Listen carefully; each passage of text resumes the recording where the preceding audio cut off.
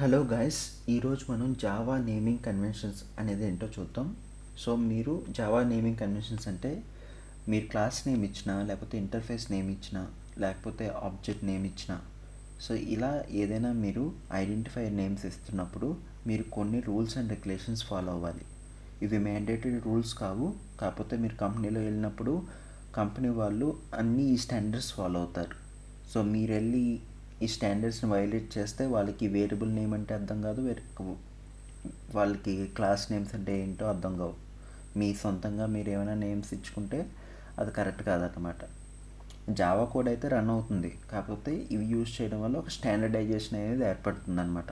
అంటే మీ కోడ్ చూసినప్పుడు ఇది క్లాస్ నేము, ఇది ఆబ్జెక్ట్ నేము అని మీ కొలీగ్స్ అనే వాళ్ళు మీ కోడ్ని ఈజీగా రివ్యూ చేస్తారనమాట. ఓకేనమ్మా. సో అందువల్ల మనం జావా నేమింగ్ కన్వెన్షన్స్ అనేవి ఫాలో అవ్వాలి.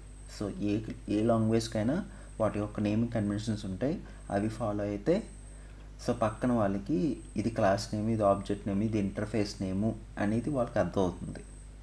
దీన్ని ఏమంటారంటే జావా నేమింగ్ కన్వెన్షన్స్ అంటారు. సో ఇప్పుడు చూద్దాం.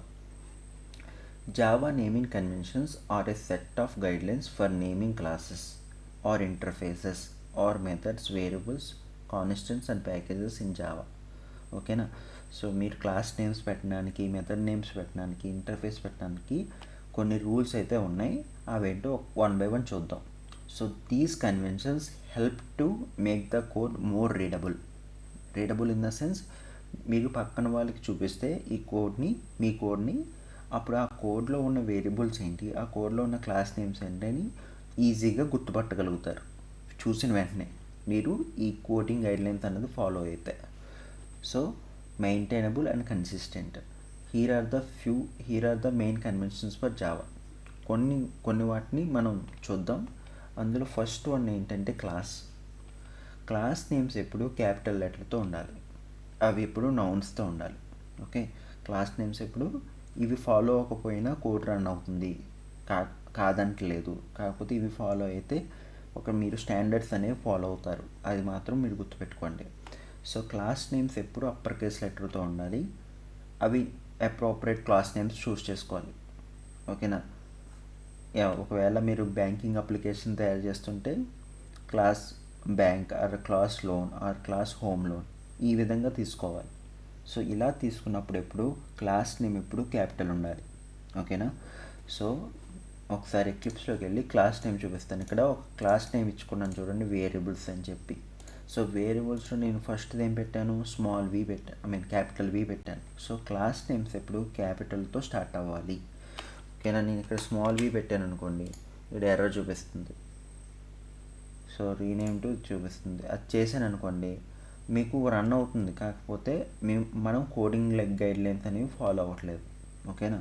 సో నేను మళ్ళీ క్యాపిటల్ వితో స్టార్ట్ చేస్తాను, ఎందుకంటే మన కోడింగ్ గైడ్లైన్స్ అనేది ఫాలో అవ్వాలి, లేకపోతే అది మనకే ప్రమాదం ఫ్యూచర్లో. ఓకేనా గైస్. సో తర్వాత ఏంటో చూద్దాం. ఇంటర్ఫేస్ నేమ్స్ కూడా క్యాపిటల్ నేమ్స్తో స్టార్ట్ అవ్వాలి, కాకపోతే ఇది యాడ్జెక్టివ్స్ అయి ఉండాలి. లైక్ ప్రింటబుల్ కానీ, లైక్ థ్రోవబుల్ కానీ, సో ఈ విధంగా ఉండాలి. సో వీటి గురించి మనం ఫ్యూచర్ వీడియోస్లో డిస్కస్ చేస్తాం. సో ఈ ఇంటర్ఫేసెస్ వల్ల మనం ఆల్రెడీ చెప్పుకున్నాం కదా, ఇంటర్ఫేసెస్ వల్ల మనకి ఏది అచీవ్ అవుతుంది, అబ్స్ట్రాక్షన్ అనేది అచీవ్ అవుతుంది, ఎందుకంటే ఇంటర్ఫేసెస్లో అబ్స్ట్రాక్ట్ మెథడ్స్ అనేవి ఉంటాయి కాబట్టి. ఓకేనా. అలాగే మల్టిపుల్ ఇన్హెరిటెన్స్ కూడా మన ఇంటర్ఫేస్ నుంచి పొందవచ్చు. సో ఈ కాన్సెప్ట్స్ అనేవి మన ఇంటర్ఫేసెస్ అనే కాన్సెప్ట్లో చూద్దాం ఫ్రెండ్స్. సో ఈ ఇంటర్ఫేసెస్ మీరు ఎలా డిక్లేర్ చేయాలి అంటే ఖచ్చితంగా క్యాపిటల్ లెటర్తో డిక్లేర్ చేయాలి. అలాగే ఇంటర్ఫేస్ నేమ్స్ కూడా మీకు ఎలా ఉండాలి అంటే యాడ్జెక్టివ్స్లో ఉండాలి. ఓకేనా. సో ఫర్ ఎగ్జాంపుల్ ఇక్కడ నేను ఒక ఇంటర్ఫేస్ అయితే తీసుకుంటాను. Interface space like interface maybe printable అని ఎలా తీసుకుంటాను. ఓకేనా. ఈ విధంగా మీరు ఇంటర్ఫేస్ అనే కీబోర్డ్తో ఇంటర్ఫేసెస్ని డిక్లేర్ చేస్తారు, కాకపోతే ఇంటర్ఫేస్ నేమ్స్ ఎప్పుడు మీకు క్యాపిటల్తో స్టార్ట్ అవ్వాలి. ఓకేనా. So that's it for interfaces. ఆ తర్వాత ఏమున్నాయో చూద్దాం. Method names. మెథడ్ అన్నా ఫంక్షన్ అన్నా ఒకటే. సో మెథడ్ అంటే ఏంటి, method is a black of code which can perform A specific task. ఈ మెథడ్స్ వల్ల మనం ఒక్కసారి మెథడ్ క్రియేట్ చేస్తే మనం ఎన్నిసార్లు అయినా కాల్ చేసుకుని ఆ డిజైర్డ్ అవుట్పుట్ అనేది పొందొచ్చు. సో కోడ్ రీయూజబిలిటీ మనకు మెథడ్స్ ద్వారా వస్తుంది. సో ఇదేంటో చూద్దాం. It should start with lower case. So మీకు ఎప్పుడు మెథడ్ నేమ్స్ అనేవి లోవర్ కేస్తో స్టార్ట్ అవ్వాలి. ఓకేనా. ఒకవేళ మల్టిపుల్ వర్డ్స్ కానీ ఉంటే ఆ నెక్స్ట్ వచ్చే వర్డ్ ఉంటుంది చూసారా, ఆ నెక్స్ట్ వచ్చే వర్డ్ క్యాపిటల్ లెటర్తో స్టార్ట్ అవ్వాలి. ఈ నేమింగ్ కన్వెన్షన్ ఏమంటారంటే క్యామిల్ కేస్ కన్వెన్షన్ అంటారు. ఈ నేమింగ్ కన్వెన్షన్ ఏమంటామమ్మా, క్యామిల్ కేస్ కన్వెన్షన్ అంటారు. ఒకవేళ ఇక్కడ ఒక ఎగ్జాంపుల్ చూస్తున్నాను. యాక్షన్ పెర్ఫార్మ్డ్ అనేది ఒక మెథడ్ నేమ్ అనుకుందాం. ఇక్కడ యాక్షన్ అనేది ఒక వర్డ్, పెర్ఫార్మ్డ్ అనేది ఇంకొక వర్డ్. సో యాక్షన్ మీరు ఎలా తీసుకుంటారంటే స్మాల్ లెటర్స్తో తీసుకోవాలి. అది సెకండ్ లెటర్ స్టార్ట్ అయ్యేటప్పుడు మాత్రం క్యాపిటల్ లెటర్తో తీసుకోవాలి. అంటే సెకండ్ లెటర్ ఏదైతే మీరు స్టార్ట్ చేస్తారో దాన్ని మీరు క్యాపిటల్ లెటర్లో తీసుకోవాల్సి ఉంటుంది. సో ఈ నేమింగ్ కన్వెన్షన్ ఏమంటారంటే క్యామెల్ కేస్ కన్వెన్షన్ అంటారు. ఓకేనా. సో అది ఎలాగో ఒకసారి చూద్దాం. ఒకసారి నేను ఇదంతా క్లియర్ చేసి ఒక మెథడ్ని అయితే డిక్లేర్ చేస్తాను. వాయిడ్ నేనేంటి యాక్షన్ పెర్ఫార్మ్ అక్కడ ఉన్నది తీసుకుంటాను. యాక్షన్ పెర్ఫార్మ్ ఓకేనా. ఈ విధంగా తీసుకొని యాక్షన్ పెర్ఫార్మ్ అనేది మెథడ్ నేమ్. సో ఇక్కడ యాక్షన్ అనేది ఫస్ట్ వర్డ్, అందుకని మనం స్మాల్ లెటర్స్తో తీసుకున్నాం. ఎప్పుడైతే సెకండ్ వర్డ్ స్టార్ట్ అవుతుందో అందులో ఫస్ట్ లెటర్ క్యాపిటల్ లెటర్తో ఇచ్చామన్నమాట. దీన్ని క్యామెల్ కేస్ కన్వెన్షన్ అంటారు. సో ఈ మీరు మెథడ్ నేమ్స్ కానీ వేరియబుల్ నేమ్స్ కానీ ఈ క్యామెల్ కేస్ కన్వెన్షన్ మాత్రమే వాడాలి. ఇది ఇండస్ట్రీ స్టాండర్డ్. ఓకేనా. సో నేను ఇప్పుడు ఒక సిస్ అవుట్ స్టేట్మెంట్ రాసుకుంటాను. సిస్ అవుట్ అంటే system.out.println. ఇది ఎక్లిప్స్లో షార్ట్ కట్ అనమాట. సిస్ అవుట్ రాసి మీరు కంట్రోల్ స్పేస్ నొక్కితే మీకు ఇలా అనేది వచ్చేస్తుంది. ఓకేనా. మనం పూర్తిగా రాయని అవసరం లేదు. మనం ఆల్రెడీ ప్రీవియస్ వీడియోస్లో డిస్కస్ చేసుకున్నది ఒకసారి మీకు గుర్తు చేస్తున్నాను. సో system.out.println అని చెప్పి నేను ఏం చేస్తానంటే ఐఎమ్ కోడింగ్ అనేది ఒక స్ట్రింగ్ని అయితే ఇక్కడ ఇస్తున్నాను అనమాట. దీన్ని ఎలా కాల్ చేయాలి అంటే ఇది నాన్ స్టాటిక్ మెథడ్ కాబట్టి ఈ స్టాటిక్ అంటే ఏంటి, నాన్ స్టాటిక్ అంటే ఏంటి, ఈ యొక్క జార్గన్ అంతా మనం తర్వాత చూద్దాం. సో వీటిని అలా మనం ప్రింట్ చేయాలి అంటే దీనికి ఒక వేరియబుల్స్కి ఒక ఆబ్జెక్ట్ని అయితే క్రియేట్ చేయాలి. సో ఇందులో నాకు స్కానర్ క్లాస్తో పని లేదు. నేను దీనికి ఒక ఆబ్జెక్ట్ని అయితే క్రియేట్ చేయాలి. ఎందుకంటే ఇది నాన్ స్టాటిక్ మెంబర్ కాబట్టి మనం దీన్ని యాక్సెస్ చేసుకోవాలి అంటే ఆబ్జెక్ట్ అయితే క్రియేట్ చేయాలి ఫ్రెండ్స్. సో దేనికి ఆబ్జెక్ట్ క్రియేట్ చేయాలి, వేరియబుల్స్కి క్రియేట్ చేయాలి. So variables vr is equal to new variables అంటే క్లాస్ నేమ్స్ క్రియేట్ చేయాలి. వేరియబుల్స్కి ఒక ఆబ్జెక్ట్ని అయితే క్రియేట్ చేసేయండి ఫ్రెండ్స్. ఓకేనా. ఓకే, ఆబ్జెక్ట్ని అయితే క్రియేట్ చేస్తాను. ఇప్పుడు మీరు ఏం చేస్తారంటే ఈ విఆర్తో మీరు యాక్షన్ పెర్ఫామ్ని కాల్ చేయొచ్చు ఫ్రెండ్స్. అది ఎలాగంటే విఆర్ డాట్ అని చెప్తే మీకు కొన్ని వస్తాయి. అందులో మీకు ఫస్ట్ చూపిస్తుంది చూసారు యాక్షన్ పెర్ఫార్మ్ అని చెప్పి, అంటే యాక్షన్ పెర్ఫార్మ్డ్ మెథడ్ని మనం కాల్ చేయొచ్చు. అలా చేస్తే మీకు యాక్షన్ పెర్ఫార్మ్డ్ అనేది కాల్ అయ్యి ఐఎమ్ కోడింగ్ అనేది ప్రింట్ అవుతుంది ఫ్రెండ్స్. సో ఒకసారి రన్ చేసి చూద్దామా. రైట్ క్లిక్ చేసి బిఫోర్ దట్ మీరు సేవ్ చేయాలి. కంట్రోల్ ఎస్ నొక్కి సేవ్ చేయండి. కంట్రోల్ పట్టుకుని తర్వాత ఎస్ నొక్కాలి. ఓకేనా. సో తర్వాత రైట్ క్లిక్ చేసి రన్ యాజ్ జావా అప్లికేషన్. అప్పుడు మీకు ఐఎమ్ కోడింగ్ అన్నది ప్రింట్ అవుతుంది. చూడండి ఐఎమ్ కోడింగ్ అని ప్రింట్ అయింది. సో ఈ విధంగా మీరు మెథడ్స్ని యాక్సెస్ చేసుకోవచ్చు. నాన్ స్టాటిక్ మెథడ్స్ని ఈ విధంగా ఆబ్జెక్ట్ ద్వారా యాక్సెస్ చేసుకోవచ్చు. సో మెథడ్ నేమ్స్ ఎప్పుడు క్యామెల్ కేస్ కన్వెన్షన్లో ఉండాలి. అంటే ఫస్ట్ వర్డ్ స్మాల్ లెటర్స్తో ఉండాలి. సెకండ్ వర్డ్ ఉంటుంది కదా, అందులో ఫస్ట్ లెటర్ మాత్రం క్యాపిటల్ లెటర్లో ఉండాలి ఫ్రెండ్స్. దీన్ని ఏమంటారంటే క్యామెల్ కేస్ కన్వెన్షన్ అంటారు. సో మెథడ్స్ వేరియబుల్స్ ఈ రెండు మాత్రం క్యామెల్ కేస్ కన్వెన్షన్ని ఫాలో అవుతాయి ఫ్రెండ్స్. ఓకేనా. సో ఈ విధంగా మీరు మెథడ్ నేమ్స్ని డిక్లేర్ చేసుకోవచ్చు. అదేవిధంగా మీరు వేరియబుల్ నేమ్స్ కూడా క్యామెల్ కేస్ కన్వెన్షన్లోనే రాయాలి. ఓకేనా. అంటే దానికి ఏంటి డిఫరెన్స్ అని మీరు అడిగితే మెథడ్ నేమ్స్ మనం దేంతో బిగిన్ చేస్తాం, దీంతో బిగిన్ చేస్తాం, వాట్ ఎవర్ పెరాన్సిస్తో. అంటే పెరాన్సిస్ వచ్చిందంటే అది మెథడ్ నేమ్ అని. ఓకేనా. సో వేరియబుల్ నేమ్స్కి అలాంటివి ఉండవు, జస్ట్ ఒక నేమ్ అయితే ఉంటుంది, నేమ్ పక్కన ఏది ఉండదు. సో ఆ రకంగా మీరు డిఫరెన్షియేట్ చేసుకోవచ్చు అనమాట.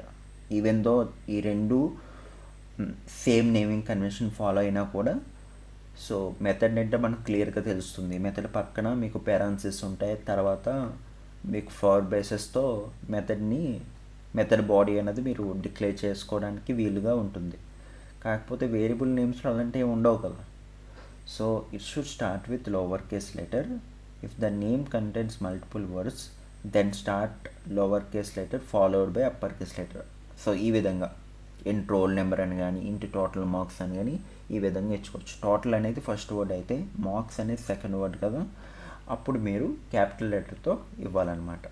సో అది కూడా ఒకసారి ఒక వేరియబుల్ అయితే మీకు డిక్లేర్ చేసి చూపిస్తాను. వేరియబుల్ అంటే ఏం లేదమ్మా, a variable is a memory location, అంటే ఒక డబ్బా అనమాట. ఆ డబ్బాలో మనం ఒక వాల్యూస్ని స్టోర్ చేసుకోవచ్చు. A variable is a memory location in which a value can be stored. సింపుల్గా చెప్పాలంటే ఒక డబ్బాలో మీరు ఒక డేటాని స్టోర్ చేసుకోవచ్చు. అది ఏ టైప్ ఆఫ్ డేటా అన్నది మీకు డేటా టైప్ అనే కాన్సెప్ట్తో తెలుస్తుంది అనమాట. సో నెక్స్ట్ వీడియోలో మనం డేటా టైప్స్ అంటే ఏంటి, వేరియబుల్స్ అంటే ఏంటి మనం నెక్స్ట్ వీడియోలో చూద్దాం. ఫర్ నౌ ఒక వేరియబుల్ని ఎలా డిక్లేర్ చేయాలో మీకు ఎగ్జాంపుల్గా చూపిస్తాను. ఇన్డెప్త్ అయితే ఈ వీడియోలో వెళ్ళట్లేదు, నెక్స్ట్ వీడియోలో వేరియబుల్స్ అండ్ డేటా టైప్స్లో మీకు ఇన్డెప్త్గా అంటే అర్థమవుతుంది అనమాట. సో ఇప్పుడు నేనేం చేస్తానంటే ఒక వేరియబుల్ని అయితే డిక్లేర్ చేస్తాను ఫ్రెండ్స్. ఇంట్ వేరియబుల్ నేమ్. వేరియబుల్ అనేది ఫస్ట్ వర్డ్ అయితే నేమ్ అన్నది సెకండ్ వర్డ్ కదా, వేరియబుల్ నేమ్. సో ఇలా రాయాలన్నమాట. ఇది కూడా క్యామెల్ కేస్ కన్వెన్షన్లోకి వస్తుంది, ఎందుకంటే మీరు ఫస్ట్ వర్డ్ని స్మాల్ లెటర్తో స్టార్ట్ చేశారు, అలాగే సెకండ్ వర్డ్లో ఫస్ట్ లెటర్ని క్యాపిటల్ లెటర్తో స్టార్ట్ చేశారు. దీన్ని క్యామెల్ కేస్ కన్వెన్షన్ అంటారు. So is equal to 10.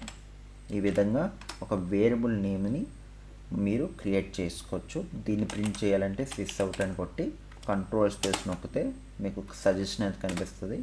ఆ విధంగా మీరు సిస్ అవుట్ స్టేట్మెంట్ అంటే సిస్టమ్ డాట్ అవుట్ డాట్ ప్రింట్ఎల్ అని మీరు రాయొచ్చు అనమాట. ఇందులో వేరియబుల్ నేమ్ని ప్రింట్ చేసేయచ్చు డైరెక్ట్, వేరియబుల్ నేమ్. ఓకేనా. సో ఇప్పుడు ఏం ప్రింట్ అవుతుంది, వేరియబుల్ నేమ్లో ఎంత ఉంది ఫ్రెండ్స్, 10 అనే వాల్యూ ఉంది. ఆ 10 అనేది ఐఎమ్ కోడింగ్ కింద 10 అనేది ప్రింట్ అవుతుంది. ఓకేనా. Before running the code you please save this, control S and then click on right click and run as Java application. So మీకు 10 అనేది ప్రింట్ అయింది. ఈ విధంగా మీరు వేరియబుల్ నేమ్స్ని డిక్లేర్ చేసుకోవచ్చు, వాల్యూస్ని అసైన్ చేసుకోవచ్చు. ఓకేనా ఫ్రెండ్స్. సో తర్వాత ప్యాకేజ్ నేమ్స్ అంటే మీకు ఎప్పుడూ లోవర్ కేస్ లెటర్స్తోనే స్టార్ట్ అవ్వాలి, ఎప్పుడూ లోవర్ కేస్ లెటర్స్తోనే ఉండాలి. ఒకవేళ మల్టిపుల్ ఫోల్డర్స్ అంటే ప్యాకేజ్ అంటే ఏంటి, ఒక ఫోల్డర్ లైక్ స్ట్రక్చరే ఫ్రెండ్స్. ఓకేనా. సో మీరు కామ్ డాట్ ఇలా అని రాస్తారు. ఓకే నేను చూపిస్తానులేండి. మీరు కంపెనీలో ఒకవేళ జావా డెవలపర్గా పనిచేస్తే అప్పుడు మీకు ఎలా కనిపిస్తాయండి, ఈ com dot company name dot, అప్పుడు మీరు ఏదైతే టాస్క్ చేస్తారో ఆ టాస్క్. ఓకేనా ఫ్రెండ్స్. ఆ విధంగా మీరు ప్యాకేజ్ నేమ్స్ ఇవ్వాల్సి ఉంటుంది రియల్ టైమ్ సినారియోలో. బై డిఫాల్ట్ మీరు ఏదైనా నేమ్ ఇవ్వచ్చు ప్యాకేజ్. ఈ ప్యాకేజ్ అంటే group of related classes or interfaces information. అంటే మీకు కొన్ని రిలేటెడ్ జావా ఫైల్స్ అన్నీ ఒక ప్యాకేజ్లో పెట్టుకుంటారనమాట. ఓకేనా ఫ్రెండ్స్. సో అప్పుడు ఏమవుతుందంటే మీకు కన్ఫ్యూజ్ అవ్వరు, ఏ క్లాస్ ఇందులో ఉంది లేకపోతే ఏ డాట్ జావా ఫైల్ ఇందులో ఉందని కన్ఫ్యూజ్ అవ్వరు. సింపుల్గా చెప్పాలంటే ఇది ఒక ఫోల్డర్ లైక్ స్ట్రక్చర్ అనమాట. ఇంటర్నల్గా ఇది ఒక ఫోల్డరే. ఓకేనా. ప్యాకేజ్ నేమ్స్ ఎప్పుడు మీకు స్మాల్ లెటర్సే ఉండాలి, అండ్ ఒకవేళ ఎక్కువ లెటర్స్ ఉంటే మీరు డాట్స్తో మీరు మెన్షన్ చేయాల్సి ఉంటుంది. డాట్ అంటే ఆ ఫోల్డర్ లోపలికి వెళ్ళి ఇంకొక ఫోల్డర్ క్రియేట్ చేయడం అనమాట. సో ఇది ఎలాగో ఒకసారి మీకు విజువల్గా చూపిస్తాను. ఇక్కడ నేను ఒక ప్యాకేజ్ అయితే ఇచ్చాను. లైన్ నెంబర్ 1లో మీకు కనిపిస్తుంది చూడండి, com dot Ramesh dot variable. So com అనేది ఒక ఫోల్డర్ ఫ్రెండ్స్. కామ్ లోపలికి వెళ్ళి రమేష్ అనే ఫోల్డర్ని క్రియేట్ చేయమంటున్నాను. రమేష్ లోపలికి వెళ్ళి వేరియబుల్ అండర్స్కోర్ డేటా టైప్స్ అన్న ఫోల్డర్ని కూడా ఇంకోసారి క్రియేట్ చేయమంటున్నాను. సో ఈ విధంగా మీరు ప్యాకేజెస్ని స్ట్రక్చర్గా మీరు మెయింటైన్ చేయొచ్చు, అంటే ఫోల్డర్ లైక్ స్ట్రక్చర్గా మీరు మెయింటైన్ చేయొచ్చు. సో ప్యాకేజ్ నేమ్స్ ఎప్పుడు స్మాల్ లెటర్సే ఉండాలి, ఓకేనా. సో ఇప్పుడు మీరు చూసుకోవాలి అంటే, సో మీరు జావా ప్రాక్టీస్కి వెళ్ళి రైట్ క్లిక్ చేసి ప్రాపర్టీస్ అనే దాని మీద మీరు క్లిక్ చేస్తే మీకు ఒక విండో అయితే ఓపెన్ అవుతుంది. అప్పుడు మీరు లొకేషన్లో ఈ button show in system explorer అంటే మీరు ఫైల్ ఎక్స్ప్లోరర్లో చూపించమని, సో ఇక్కడ నేను ఇలా కొడితే డైరెక్ట్గా ఇక్కడ ఓపెన్ అవుతుంది ఫ్రెండ్స్. సో ఇందులో జావా ప్రాక్టీస్లో సోర్స్ ఎస్ఆర్సీలో మనం కోడింగ్ రిలేటెడ్ అంతా ఎస్ఆర్సీలో చేస్తాం అనమాట. సో ఎస్ఆర్సీలో కామ్ లోపల రమేష్ లోపల మీకు వేరియబుల్ డేటా టైప్స్ అనేది ఉంటుంది. ఈ విధంగా మీరు ఫోల్డర్స్ని ప్యాకేజ్ ద్వారా క్రియేట్ చేసుకోవచ్చు. డైరెక్ట్గా మీరు రైట్ క్లిక్ చేసి క్రియేట్ చేసుకోవచ్చు, ప్యాకేజ్ ద్వారా కూడా క్రియేట్ చేసుకోవచ్చు. ఇంటర్నల్గా ఇది ఒక ఫోల్డర్ లైక్ స్ట్రక్చర్ని మీకు ఇస్తుంది అనమాట. సో ప్యాకేజ్ నేమ్స్ ఎప్పుడు మీకు లోవర్ కేస్ లెటర్స్లోనే ఉండాలి, ఓకేనా. అండ్ ఇంకొక ఇంపార్టెంట్ పాయింట్ ఏంటంటే, ఒక జావా ఫైల్కి ఒక ప్యాకేజ్ స్టేట్మెంటే ఉండాలి, ఇంకొక ప్యాకేజ్ స్టేట్మెంట్ ఉండకూడదు. ఈ డీటెయిల్స్ అన్నీ మనం ప్యాకేజెస్ అనే కాన్సెప్ట్లో మళ్ళీ నేర్చుకుందాం. ఇంకో ప్యాకేజ్ మాత్రం రాయకూడదు. ఫర్ ఎగ్జాంపుల్ ఇంకొక ప్యాకేజ్ మాత్రం రాయకూడదు. ఇక్కడ చూడండి ఒక ఎర్రర్ కనిపిస్తుంది, ఇంకొక ప్యాకేజ్ రాయకూడదు, ఖచ్చితంగా రాయకూడదు, ఓకే. సో అది ఎందుకు ఏంటి అనేది మనం ఫ్యూచర్ వీడియోస్లో చూద్దాం. సో తర్వాత కాన్స్టెంట్స్ అంటే ఆ వాల్యూ ఎప్పటికీ చేంజ్ అవ్వదు అని అర్థం. మనం కాన్స్టెంట్స్ని ఫైనల్ అనే కీవర్డ్తో మనం డిక్లేర్ చేస్తాం ఫ్రెండ్స్. ఫైనల్ అంటే ఆ వాల్యూ అక్కడితో కాన్స్టెంట్ అని అర్థం, ఓకేనా. సో ఫైనల్ అని చెప్పి మీరు ఈ విధంగా డిక్లేర్ చేసుకోవాల్సి ఉంటుంది. ఎప్పుడు కాన్స్టెంట్ నేమ్స్ క్యాపిటల్ లెటర్స్తో ఇవ్వడం బెటర్, ఓకేనా. ఎప్పుడైనా మీరు అవతల వాళ్ళకి చూపించినప్పుడు వాళ్ళకి ఈజీగా అర్థమవుతుంది, ఓకే ఇది క్యాపిటల్ నేమ్స్లో ఉంది, అంతా క్యాపిటల్స్లో ఉంది అంటే ఇది కాన్స్టెంట్ వాల్యూ అన్నమాట అనే కన్క్లూజన్కి వాళ్ళు వస్తారనమాట, ఓకే. కాన్స్టెంట్ నేమ్స్ ఎప్పుడు క్యాపిటల్ లెటర్స్లో ఉండాలి. సో ఫర్ ఎగ్జాంపుల్ నేను ఇక్కడ ఒక వేరియబుల్ని అయితే తీసుకుంటాను friends, like final in float కదా, ఫైనల్ ఫ్లోట్ పై వాల్యూ. నేను ఫర్ ఎగ్జాంపుల్ పై వాల్యూ అని ఇలా తీసుకున్నాను. పై వాల్యూ అనేది 2 వర్డ్స్. సో పైని వాల్యూని అండర్ స్కోర్తో సెపరేట్ చేయాలి, ఓకేనా. సో ఈ విధంగా చూసుకుంటే మీకు కాన్స్టెంట్ నేమ్స్ అనేవి ఈజీగా అర్థమవుతాయి. ఒకవేళ మీరు సింగిల్ పై అయినా తీసుకోవాలనుకున్నారు అనుకోండి, జస్ట్ పిఐ అని ఇస్తే చాలు. సో క్యాపిటల్ లెటర్ కాబట్టి మీకు ఈజీగా అర్థమవుతుంది ఇది ఒక కాన్స్టెంట్ వాల్యూ అని చెప్పి. సో ఇక్కడ ఏం చేస్తారు, 3.14 స్మాల్ ఎఫ్ అని పెట్టుకుంటారు. స్మాల్ ఎఫ్ ఎందుకు పెట్టుకుంటారు, by default any real number is taken as double, ఓకేనా. సో దాన్ని మనం ఓవర్కమ్ చేయడానికి ఈ 3.14ని ఫ్లోట్ కిందే తీసుకో అని కంపైలర్కి చెప్పాలి కదా, 3.14 ఫ్లోట్ కింద తీసుకోవాలని. అందుకని నేను సఫిక్స్డ్ విత్ ఎఫ్ అంటే దీన్ని ఫ్లోట్ కింద తీసుకుంటుంది ఇప్పుడు కంపైలర్. ఇప్పుడు మీరు దీన్ని కూడా ప్రింట్ చేయొచ్చు. సిస్టమ్ డాట్ నేను మొత్తం అంతా రాస్తాను, system dot out dot println లోపల మీరు ఏం రాస్తారు, వేరియబుల్ నేమ్ పై. సో ఈ విధంగా రాసి సెమీకోలన్ అయితే మర్చిపోకండి. కంట్రోల్ ఎస్ నొక్కి సేవ్ చేసేయండి ఫ్రెండ్స్. ఇప్పుడు మీకు 3.14 10 కింద ప్రింట్ అవుతుంది అనమాట. So right click and run as Java application. So 3.14 అయితే మీకు ప్రింట్ అయిపోయింది. సో ఈ విధంగా మీరు నేమింగ్ కన్వెన్షన్స్ ఫాలో అయితే మీకు చాలా మంచిది ఫ్యూచర్లో. సో ఇంకోటి కూడా ఉంది, ఆబ్జెక్ట్స్ అనే ఇంకొక కాన్సెప్ట్ కూడా ఉంటుంది. సో ఆబ్జెక్ట్స్ నేమ్స్ ఎప్పుడు కూడా స్మాల్ లెటర్స్లోనే ఇవ్వాలి, అన్నీ స్మాల్ లెటర్స్లోనే ఇవ్వాలి ఆబ్జెక్ట్ నేమ్స్ ఎప్పుడు కూడా, ఓకేనా. సో ఈ విధంగా మనం నేమింగ్ కన్వెన్షన్స్ ఫాలో అయితే మనం గుడ్ జావా డెవలపర్గా మనం మారొచ్చు అనమాట. So that's it for today. We will see variables and data types in our next video.